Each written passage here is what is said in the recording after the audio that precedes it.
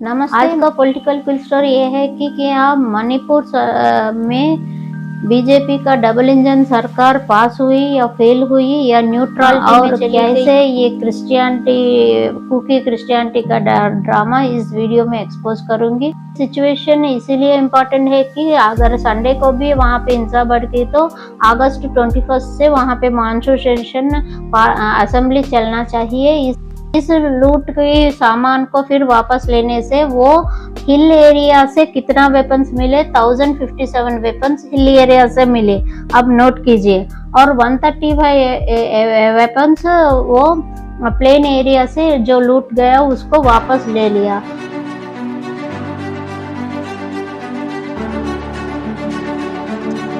नमस्ते, मैं हूँ सुधा रानी। आप देख रहे हैं just Bharat political quill story.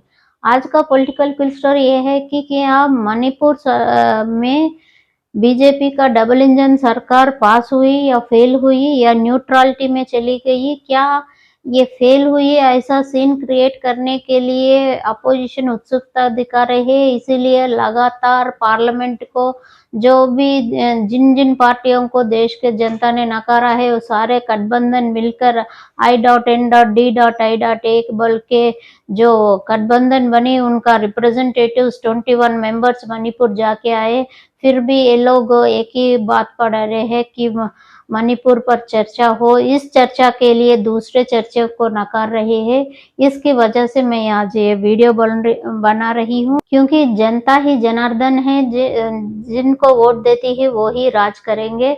जनता अपने मन मर्जी से वोट देना चाहिए, इसी को डेमोक्रेसी कहते हैं। मगर बिफोर मेकिंग डिसीजन मैं आपको सामने तथ्य रखना चाहती हूँ।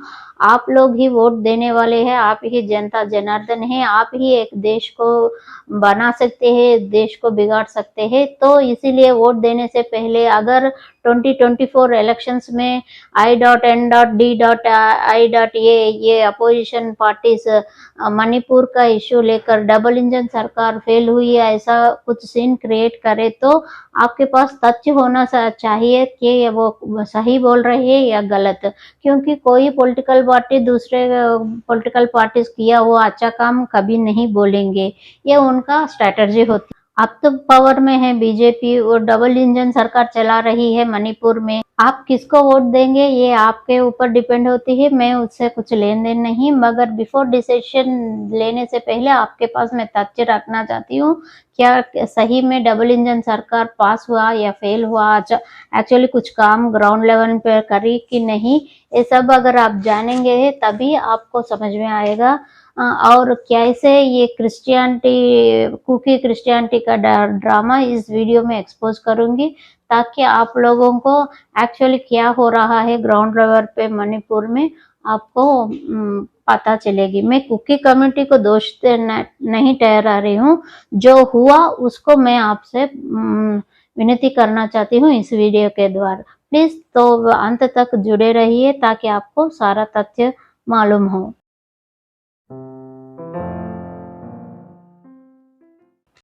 Welcome back. जो मैं फैक्ट्स और मणिपुर के बारे में, क्यों हिंसा बढ़ी, क्यों वहाँ पे इंसर्जेंसी हुई, वायलेंस नहीं विद्रोही चरी क्यों हुआ वहाँ पे, ये सारे जानने से पहले ये कल 2-3 दिन में क्या हाल हुआ मणिपुर में वो भी एक बार झलक देखेंगे, ताकि हम डीपली अंडरस्टैंडिंग में ये काम आएंगे। तो संडे लास्ट संडे में जो बैरन सिंह की बीजेपी सरकार में वहाँ में KPA बोले तो कुकी पीपुल्स अलायंस अपना सपोर्ट गवर्नमेंट से वापस ले ली, तो कटिंग बोल दी बैरन सिंह सरकार से एक कुकी पीपल अलायंस ग्रुप। और उसी संडे के दिन बहुत सारा गड़बड़ भी फिर से स्टार्ट हुआ। कई लोग घायल हुए, एक आर्मी जवान को मार दिया गया है। ये सब संडे को सिचुएशन इसीलिए इम्पोर्टेंट है कि अगर संडे को भी वहाँ पे हिंसा बढ़ गई तो अगस्त 21 से वहाँ पे मानसून सेशन असेंबली चलना चाहिए। इसके लिए कोई भी MLA उत्सुकता नहीं दिखा रहे, इंक्लूडिंग बीजेपी MLA जिनका घर जला गया है, कुकी का MLA घर भी जलाया गया है, इसीलिए वो लोग इंटरेस्ट नहीं दिखा रहे। देखना चाहिए कैसे बैरन सिंह जी सेशंस कंडक्ट करेंगे या नहीं। अप्रैल 27 से जो स्लोली शुरू होने वाली ये इंसर्जेंसी का माहौल पूरा 3 महीने बिगड़ गया। इंसर्जेंट विरुद्ध वहां पे कंटिन्यूस हो रही है। इस बीचों बीच जो स्टार्टिंग में पुलिस स्टेशन को लूट लिया इन लोगों ने, जो रैली निकालने के बाद जब मई 3 को जब हिंसा स्लोली भड़क गई वहां पे, तब पुलिस स्टेशन को वो लोगों ने लूट लिया। तो लूटने के वो वेपन्स को बैरन सिंह सरकार का पुलिस फिर से वापस ली इन लोगों से। तो तो आप लोग ये पे अटेंशन कीजिए। यहाँ पे इम्पोर्टेंट ये है कि इस लूट के सामान को फिर वापस लेने से वो हिल एरिया से कितना वेपन्स मिले, 1057 वेपन्स हिल एरिया से मिले, अब नोट कीजिए। और 135 वेपन्स वो प्लेन एरिया से जो लूट गया उसको वापस ले लिया। तो अब आइए कि डबल इंजन सरकार ने क्या काम किया मणिपुर में, एक्चुअली क्या वजह थी इस इंसर्जेंसी का वजह। खाली एसटी रिजर्वेशन है तो वो सुप्रीम कोर्ट जाकर उसको रोका सकते हैं।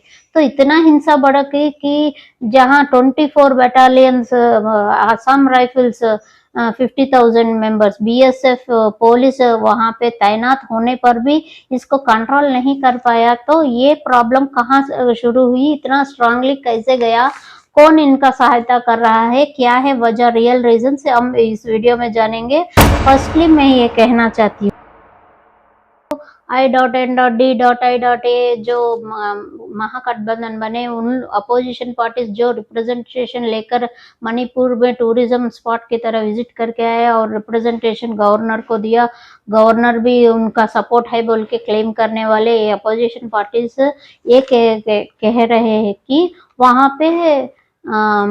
पे क्या हो रहा है, जाति विरोधी है ये सब लोग, एथनिक क्लेंजिंग, एथनिक ये हो रहा है बोल के ये लोग बोल रहे हैं। मगर मैं इस जाति विरोधी शब्द से मैं नकारती हूँ, स्ट्रांगली कंडेम्ड करती हूँ। क्योंकि आप सुनिए, जब हम हिस्ट्री देखेंगे, जब हम इसका मणिपुर का कल्चर देखेंगे, तो मणिपुर में जो मेजॉरिटी पीपल माइटी ग्रुप है, उन माइटी ग्रुप्स का सारे हिंदूज नहीं है, सारे एक ही ट्राइब का नहीं है। 7 ट्राइब्स मिलकर माइटी ग्रुप बनती है, उसमें कुकी भी आती है।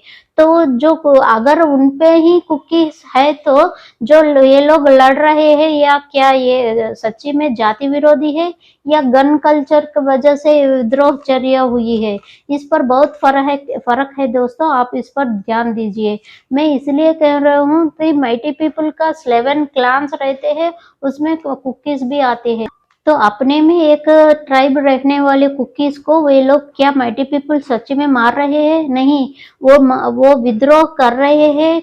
अगर कुकीज भी इन पर विद्रोह कर रहे हैं, वो एक ही रीजन है, घुसपैठियां वहां पे बहुत सारे बढ़ गए हैं। और जो गन कल्चर वो इतने दिन तक 1947 से लेकर यहाँ तक जितना गन कल्चर वहां पे बढ़ा है, कितना इंसर्जेंसीज वो लोग देखे हैं, इसकी वजह से वहां विद्रोह हुई। ये जाति विरोध नहीं है। मैं सारे मीडिया और अपोजिशन पार्टीज को भी कहता हूँ, आप ये जाति विरोध की कलर मत दीजिए।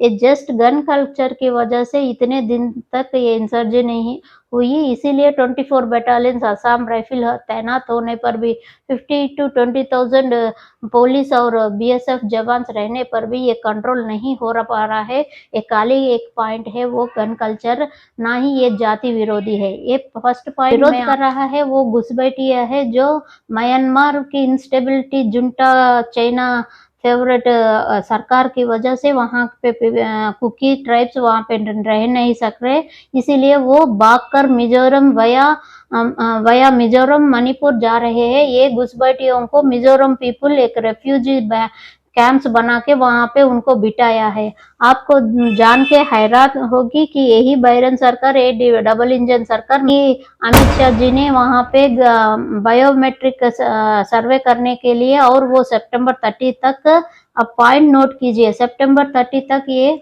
बायोमेट्रिक्स सेंट्रल गवर्नमेंट को सबमिट करना चाहिए। तब ये मिजोरम का सीएम वो सालराटी क्योंकि मिजोरम में ज़्यादातर कुकी पीपल रहते हैं और कुकी चिन कुकी जारा कुकी जो पीपल को ये रेफ्यूजी कैंप में बिठाया है और थोड़े लोग अपने घर में लेके गए क्योंकि रिश्तेदार होते हैं जो ये बायोमेट्रिक का जो सर्वे करे मिजोरम में, तो मिजोरम सीएम खुद ही कहा कि 30,000 पीपल फैमिलीज वहाँ पे रेफ्यूजी कैंप्स में रह रहे हैं, तो कितने उन लोगों ने हाँ खुद में अपने फैमिलीज में रख लिया ये सब हमको नहीं मालूम है क्योंकि वहाँ पे सेंसस भी नहीं हुआ। ऊपर से बायोमेट्रिक से रिजल्ट आती है कि घुसपैठियाँ बहुत सारे हैं मिजोरम मणिपुर में आकर छुपने वाले, और इस छुपने वाले में माइटी पीपल का असम राइफल पर इसलिए विश्वास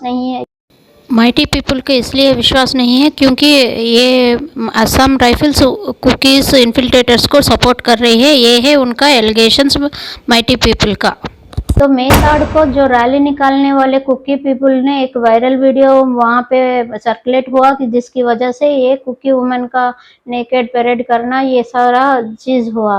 तो किसने किसको भड़काया, ये सारे झंझट में ये हो रहा है जो रियल विक्टिम है माइटीज वो अब क्रिमिनल बन गए, जो क्रिमिनल एक्टिविटीज में इन्वॉल्व है, जो इन्फिल्ट्रेटर है गुड पार्टी आज वो विक्टिम बन के रहे, वो एक्चुअल ओरिजिनल कुकीज में मिल गए जो म्यांमार से कुकी चिन कुकी जारा कुकी जो भाग के आए वो लोग विक्टिम्स बन के आ रहे। इसकी वजह से सारे क्रिश्चियन की दुनिया, क्योंकि कुकीज में 100% क्रिश्चियनिटी है तो सारा क्रिश्चियन कम्युनिटी उनको सपोर्ट कर रही है। मगर अफसोस की बात है देश में खुद ये इस वायरल वीडियो की वजह से देश में खुद हिंदूज अपने माइटी हिंदूज पीपल को सपोर्ट नहीं दे रहे।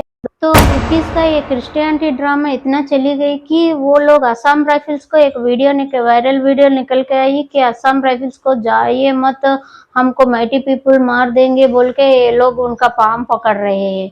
तो सारा दुनिया जानती है असम राइफल्स किसको सपोर्ट देते हैं, ये एथनिकली डिस्टर्ब हुआ है इसीलिए ऐसा सपोर्ट मिल रहा है, मगर ये एथनिकली विद्रोहचर्य नहीं है, गन कल्चर की वहां से इतने दिन ये वायलेंस भड़क रही है, वरना वहां पे जाति विरोध नहीं है। कुकी माइटीज पीपल में एक ब्रांच है तो वो लोग कुकीज को अपना नहीं मानेंगे, तो प्रॉब्लम ये आ रहा है, इसको कोई नहीं बता रहे सरकार ने क्या काम किया, ये क्या एलिगेशन है जिसकी वजह से इतना डीपली ये इंसर्जेंसी में चली गई, वहां पे क्लैशेस बोल गए। तो जो माइटी पीपल है उनमें से अब आपको फैक्ट के बात बता दूं, वहां पे 8% माइटी मुस्लिम्स है। तो ये मुस्लिम्स इस्लाम कहाँ से आया है, तो इनका दूसरा रिश्ता बनता है वो एक तरफ मिजोरम है, दूसरे इनका रिश्ता बनता है असम बांग्लादेश वया असम और बंगाल से मणिपुर में इस्लाम फैल रही है। इसमें 8% माइटी लोग ने भी इस्लाम स्वीकार कर दिया है, और जो रह गए कुकी क्रिश्चियन का ड्रामा यहाँ से लेकर माइटी पीपल को क्रिश्चियनिटी में बदल डालने में फुल जोर पर है। इसका नतीजा है कि वहां पे डबल इंजन सरकार ने क्या किया उस पर नजर डाली है, इसीलिए ब्रेक लगाना चाहती थी। तो अगर हम कुकी सपोर्टर्स को या ये अपोजिशन पार्टीज को पूछेंगे तो ये लोग बीजेपी वाले ना ही ट्राइब्स को देखते हैं ना ही शेड्यूल कास्ट को देखते हैं, सबको हिंदू में बदल डालने का इनका कोशिश की वजह से ये इंसर्जेंसी पहली बोल के ये लोग बोलेंगे, मगर एक्चुअली जो क्रिश्चियनिटी का ड्रामा वहां पे चल रही है, फ्रीडम ऑफ रिलीजन आर्टिकल 21 खाली सेकुलरिज्म हिंदुओं को अप्लाई नहीं होती, हर एक जनता पर इस देश में अप्लाई होती है। तो बायरन सिंह जी ने इस पर कड़ी नजर रखाया और ओपीएम कल्टीवेशन और ये पॉपी कल्टीवेशन पे रोक लगाने की बहुत सारी चर्या ली। आप लोग समझेंगे योगी जी वहां पे उत्तर प्रदेश में नहीं, मोदी जी ने और 2 योगी जी को यहाँ पे बिठाया, वो एक है हेमंत बिस्वा शर्मा जी और दूसरा है बायरन सिंह जी। इन दोनों ने अपने राष्ट्र में खुलकर काम कर रहे हैं घुसपैठियों को नकारने के, और जो ये नार्को सिस्टम बन रही है उसको नकारने के लिए पूरी तरह ये लोग कोशिश कर रहे हैं। तो इस कन्वर्शंस को रोकने के लिए बायरन सिंह का सरकार बोलो या बीजेपी का संघ परिवार हर वक्त यही नाम लेंगे, तो वनवासी कल्याण समिति ने वहाँ पे खूब काम किया, जिसकी वजह से कन्वर्शंस पर थोड़ी रोक लगी। तो ये बात दिल में रख लिए और ये ओपी कल्टीवेशंस में कड़ी नजर रखने की वजह से एक दिल में रखकर वो लोग टाइम ढूंढ रहे हैं कब ITO को सबक सिखाने हैं। तो मैं उनको ये एसटी रिजर्वेशन का वर्डिक एक चांस मिल गया, उस चांस से लेकर ये इंसर्सी बढ़ा रहे हैं। तो कौन है इनके पीछे? क्या ये एथनिक क्लेंसिंग है? क्या ये दो ट्राइब्स के बीच में लड़ाई है, या दो रिलीजन्स के बीच में, या कन्वर्शंस के बीच में लड़ाई है, या इसमें दूसरे देशों का इन्वॉल्वमेंट है? आप ही डिसाइड कीजिए। मैं कुछ इसमें टिप्पणी नहीं करना चाहती हूँ, मैं तथ्य रखना चाहती हूँ। ये भी एक स्ट्रांग वजह है इन इंसर्जेंसी का। तो मैं पूछना चाहती हूँ दोस्तों कि इन ट्राइब्स का कल्याण होने के लिए हम लोग एसटी स्टेटस उन लोगों को दे रही है। तो कुकी ट्राइब्स कभी ब्रिटिशर्स ने इनको क्रिश्चियन बनाया, तो एक स्टैग्नेंट पीरियड होना चाहिए, मगर वो बढ़ती जाती है, हिंदुत्व कम होती जाती है, इस उपलब्ध से इस्लाम कहीं ना कहीं आ जाती है। इन लोगों का क्या रिश्ता है कहीं पे जेरूसलम में पैदा होने वाला जीसस क्राइस्ट का और सऊदी अरब में पैदा होने वाला मोहम्मद प्रॉफिट से? इन लोगों का क्या रिश्ता है? क्यों एक लोग फ्राइडे को रोते हैं, एक लोग संडे को रोते हैं? इन लोगों का क्या रिश्ता है? अगर ट्राइब्स का कल्याण हुआ तो वहां पे वो लोग कैस्ट बनना है, क्योंकि what is the definition of scheduled tribe?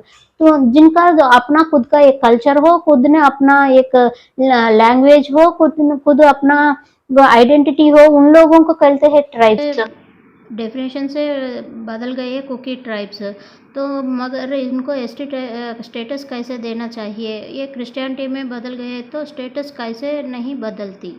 दोस्तों, मोदी जी ऐसे ही डबल इंजन सरकार नहीं चला रहे। हेमंत बिस्वा शर्मा जी का गवर्नमेंट ने 40 to 50 मेंबर टाउट्स को, जो बांग्लादेश से और म्यांमार से आने वाले रोहिंग्या को, ये लोग टाउट्स लोग सारे इंडिया में उन लोगों को एक फ्री स्पेस, वोटर कार्ड, आधार कार्ड देकर बसा रहे हैं। उन टाउट्स को पकड़ा है। ये बहुत बड़ा स्कैम है, इसको नाकामयाब किया है असम में हेमंत बिस्वा शर्मा जी। और नॉर्थ ईस्ट का दूसरा योगी जी है बैरन सिंह जी, जो चूरा चांदपुर जो जड़ है इस सारे इंसर्जेंसी का, वहां पे एक चीज हुआ, आप पॉइंट नोट कीजिए, पे अटेंशन कीजिए और इसको अंडरलाइन कीजिए।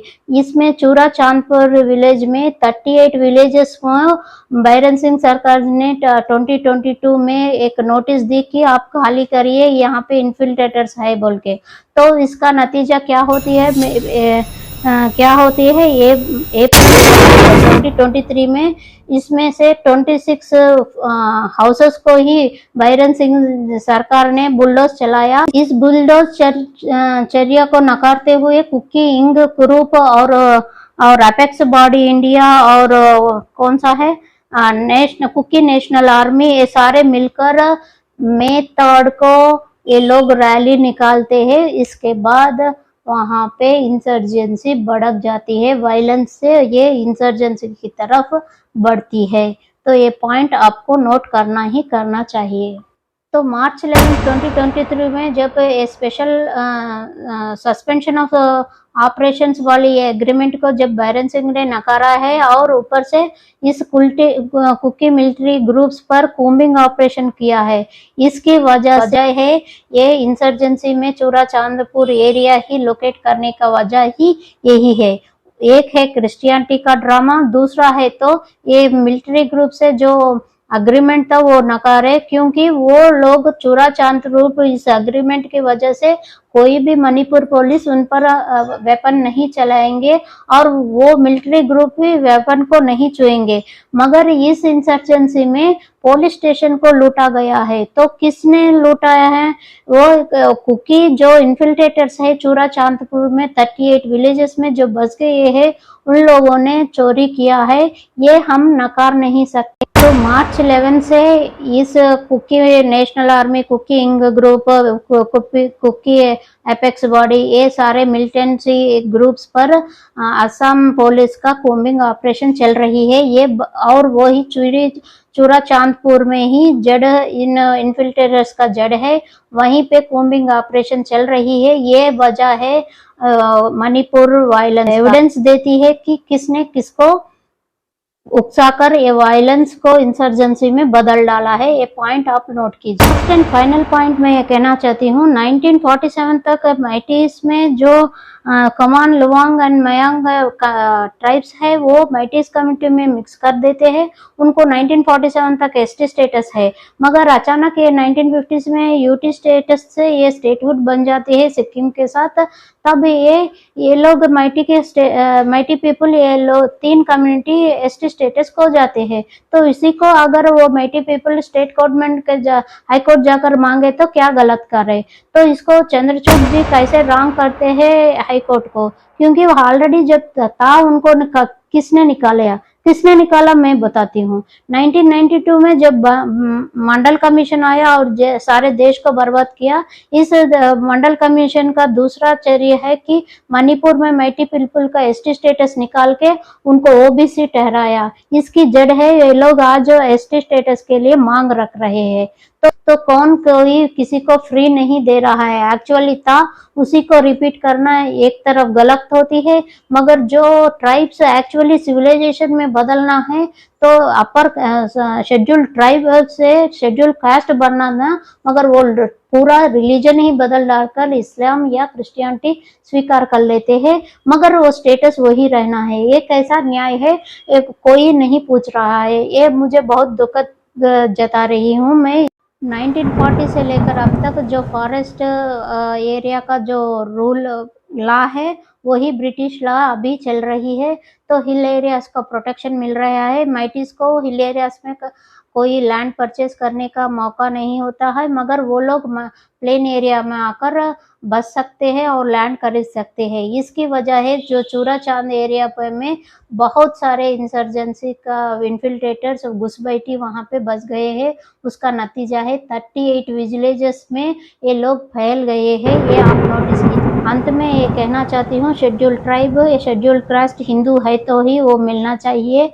अगर कन्वर्शन हो गए तो उनको ऐसे स्टेट्स से निकाल देना चाहिए। न्यू फॉरेस्ट स्कीम लाना चाहिए ताकि ऐसा इंसर्जेंसी कभी नॉर्थ ईस्ट में पैदा ही नहीं हो। होप आप सबको ये वीडियो अच्छा लगी तो लाइक कीजिए, कमेंट कीजिए, शेयर कीजिए। एक बूस्ट अप होगी मेरे लिए। फिर एक वीडियो में मिलने तक मैं लेती हूँ आपसे इजाज़त। जय हिंद, जय भारत।